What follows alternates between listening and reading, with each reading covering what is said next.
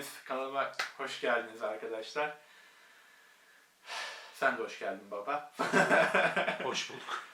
Genelde kanalım gitar dersleri üzerine oluyor. Ama artık kanalımdan isminden belli olacağı üzere müzikal belgeseller tadında dünyaya imza atmış gruplar ve insanlar konusunda bilgilendirici videolar yapmaya karar verdim. Ve bence güzel bir seri olacak.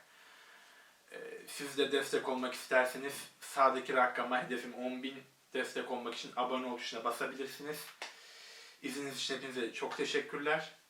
Ben ne zaman geçeceğim kameranın önüne? Geçeceksin ya. Annen geçti ama. Annem geçti. Annem geçti. Sen de geçeceksin. Ben de meşhur olmak istiyorum. Tamam ama videoya geçmemiz lazım. Tamam oldu. Tamam o zaman şimdi videoya geçebiliriz. Yıllardan 1981. Ne yılmış? Ne yılmış o yıl? Yıllardan 1981. Larry Ulrich adında genç bir baterist James Hetfield'a teklif götürür. Ve dünyanın en büyük heavy metal grubunu kurmak adına ilk adım atılır. İsmini Metallica koyarlar. İlk bas gitaristleri James Hetfield'ın ev arkadaşı ve çocukluk arkadaşı olan Ron McGrovy'dir. İlk solo gitaristleri ise Megadeth'ten tanıyacağımız The Monster lakaplı Dave Mustaine'dir. İlk Metallica dörtlüsü bu şekilde oluşuyor. 1981-1983 yılları arası Metallica için oldukça sorunlu bir yıl. Çünkü grubun bas gitaristi ve grubun solo gitaristi Dave Mustaine anlaşamıyorlar. Dave Mustaine bas gitaristinin yeterince iyi olmadığını düşünüyor. Kendisi aynı zamanda o sırada çok içiyor ve alkolik ve kayıtlara çok az katılıyor, çalışmalara az katılıyor. Yeteneğine güveniyor yani aslında Dave Mustaine. Çok da haksız sayılmaz bunu yaparken. Ve bas gitaristin bu gruba yakışmayacağını düşünüyor. Ve James Hetfield'ler Larry Ulrich'i buna ikna edip diyor ki hadi başka bir bas gitarist bulalım. Trauma adlı gruptaki Clifford Lee Burton'u buluyorlar. Ve James Hetfield'le Larry Ulrich onu dinlemeye gidiyorlar. Dinliyorlar. Kendisi o zaman 21 yaşında, 21 yaşları civarında İspanyol paçalı ve aşırı yetenekli bir gitarist. Wah pedalı elektro gitar solosu atarmış gibi bir sololar atıyor. İlk gitarını 12 yaşında eline almış. Abisinin erken vefatı üzerine, abisi de gitarist, abisinin erken vefatı üzerine babasına ben dünyanın en iyi bas gitaristi olacağım sözünü vermiş. Harika bir insan ve gitaristten bahsediyoruz. Ve 1983 yılına doğru grubun bas gitaristi ve James Hetfield'in ev arkadaşı gruptan ayrılıyor. Ve yerine Cliff dahil oluyor. Cliff'in şöyle bir şartı oluyor. Başta Metallica'nın teklifini kabul etmiyor. Diyor ki siz Los Angeles grubusunuz, ben San Francisco'da yaşıyorum. Benim için San Francisco'ya taşınacaksınız. Ve 3 büyük müzisyen, James Hetfield, Larry Ulrich ve Dave Mustaine bir bas gitarist için Los Angeles'ın hayatlarını San Francisco'ya taşıyorlar. Ardından 1983 yılına geldiğimizde artık Larry Ulrich'in canına Dave Mustaine'in tavırları tak ediyor. Kendi grubun lideri sanması gibi ego savaşları oluyor aralarında. Ve Larry Ulrich diyor ki ben yapacağımı biliyorum. Bu arada 1982 ve 1983 yıllarında Kirk Hamilton kurduğu Exodus grubu var ve Metallica'nın ön grubu olarak 2 kere çıkıyorlar. Aynı zamanda dost gruplar. Aynı stüdyoyu kullanıyorlar bazen, sohbet ediyorlar falan. Larry Ulrich'in dikkatini Kirk Hammett çekiyor. 1983 yılına geldiğimizde Nisan ayında ben yapacağımı biliyorum diyor. Albüm teklifi alıyorlar New York'tan. Kill Em All albümünün teklifini alıyorlar. Ve bir sabah Dave Mustaine odasına girip sen otobüsle dönüyorsun. Sana uçak bileti almadık. Biz uçak bileti aldık. Ve Kirk Hammett'la beraber New York'a gidiyoruz diyorlar. Büyük kavgalar kopuyor. Dave Mustaine üzülerek ayrılıyor. Ama Dave Mustaine bir süre sonra intikamını sinirine düşerek Megadeth'i kuruyor. Megadeth kurulu daha doğrusu. Megadeth'in canavar gitaristi ve solisti olarak, vokalisti olarak yoluna devam ediyor. Gel gelin 1983-1986 yıllar arasına bence Metallica'nın en güzel dönemi ve bunun sonucunda Master of Puppets ortaya çıkıyor. Thrash metal albüm tarihinin en ilham verici albümünü ortaya çıkarıyorlar bence.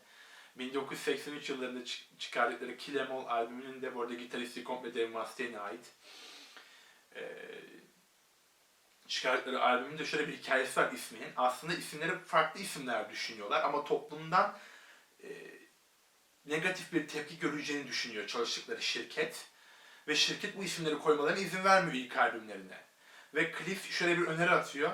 Hadi diyor o zaman adını Kill Em All koyalım diyor adını albümün.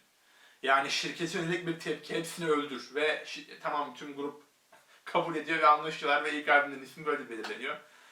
1986 yılına geldiğimizde o acılı gün geliyor. 27 Eylül Stockholm konseri dönüşü. Hiç durmadan diğer konserlerine giderlerken otobüsün arkasında rahat bir ranza var. Kirk Hammett genelde oraya kapıya ası çekiyor, şanslı çocuk olarak anılıyor. Ama 4 karttan bu sefer ası Cliff buluyor. Ve Cliff sevinerek ve onlara takılarak o rahat yere geçiyor.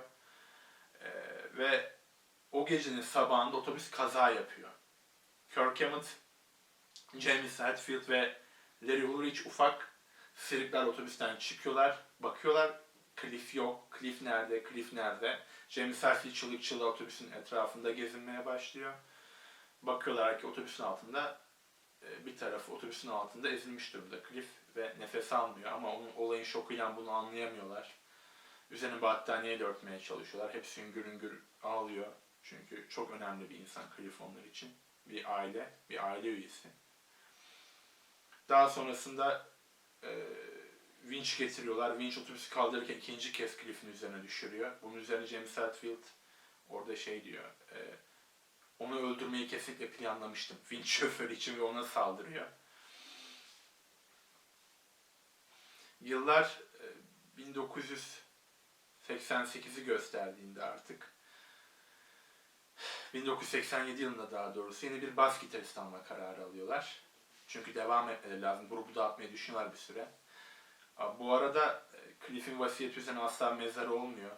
Yakılıp doğaya saçılıyor külleri. Ve Orion şarkısını o yazıyor Master of Puppets'taki ve o besteliyor. O yüzden enstrümantal bir şarkı dinlemenizi de tavsiye ederim. O yüzden o şarkıyla 2006 yılına kadar bir daha hiçbir konserde tam olarak Metallica çalmıyor. Yıllar 1987'yi gösterdiğinde Jason Newsted'ın Metallica'ya dahil oluyor ve 14 yıl onlarla sürecek yeni bir hikayeye başlıyorlar. 40 bas gitarist arasından seçiliyor. Görebileceğiniz en çalışkan ve en üretken müzisyenlerden biri. Çok aşırı fazla çalışıyor. Zaten en son omurgasını sakatlıyor bu yüzden.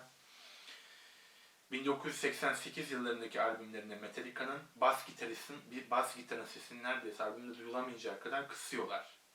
Jason bunu üzülüyor tabii ki ama Metallica'yı da anlamak lazım. Yani James, Larry'i, Kirk'i anlamak lazım bu durumda.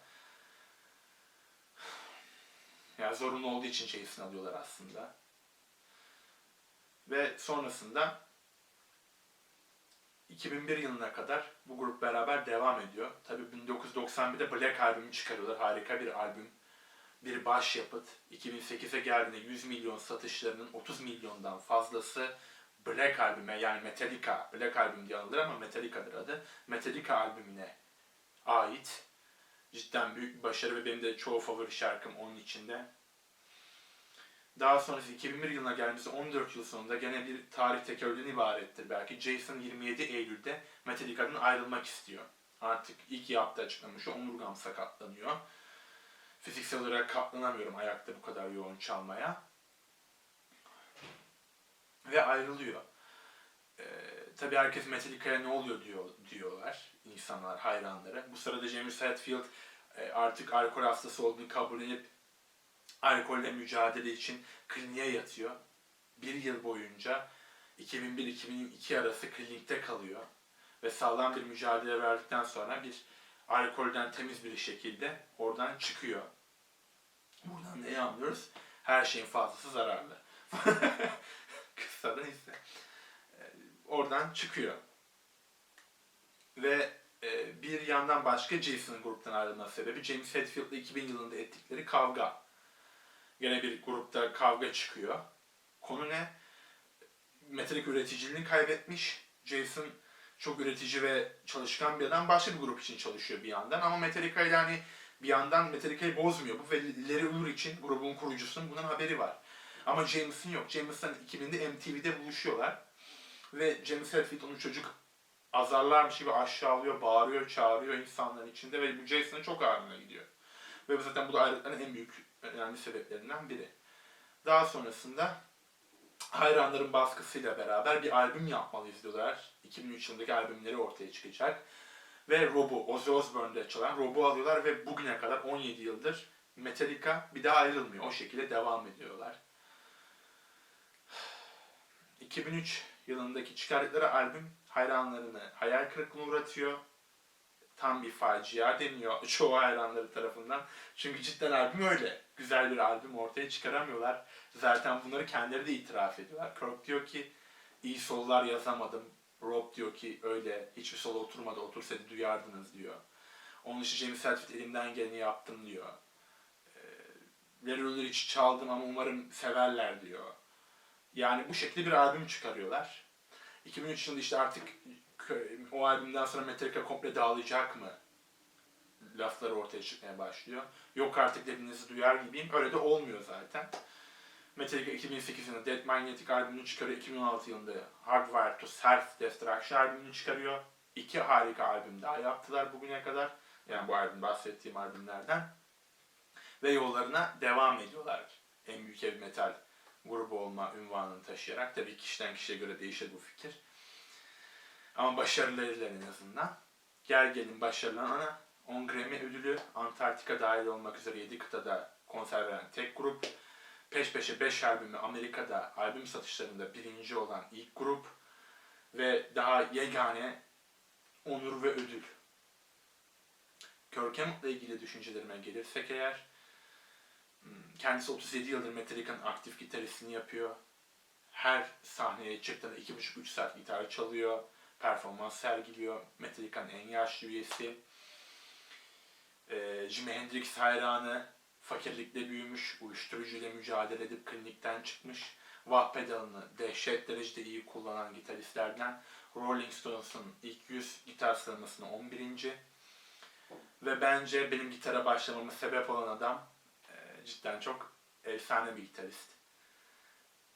Yani beğenileni de var, beğenmeyeni de var ama kesinlikle saygı duyulması gereken bir insan. Eğitimini kimden alıyor? Joe Satriani'den alıyordu eğitiminde. 1982-1983 yılları arasında Joe Satriani'den eğitim alıyor. Joe Satriani dünyanın en büyük virtüözlerinden biri, gitar virtüözlerinden biri. Bilmiyorsanız onu da bence araştırabilirsiniz. Linkini aşağıya koyarım belki bir tane şarkısını. Çok çabalıyor o da buralara gelmek için. Yeteneğiyle yürüyor zaten. Asla kimse yeteneksiz diyemez. Yeteneksiz olsa çalışamaz. Onda bazı inançları var. Tenisçi lastiği takar her zaman kemikli kısmından parmaklarını. Ve bununla çaldığında daha hızlı çaldığına inanıyor. Çıplak elle çaldığında daha hızlı çaldığına inanıyor. Aslında bir baskı uygular her zaman parmakları açarken ama adam öyle alışmış. Ve buna inanıyor.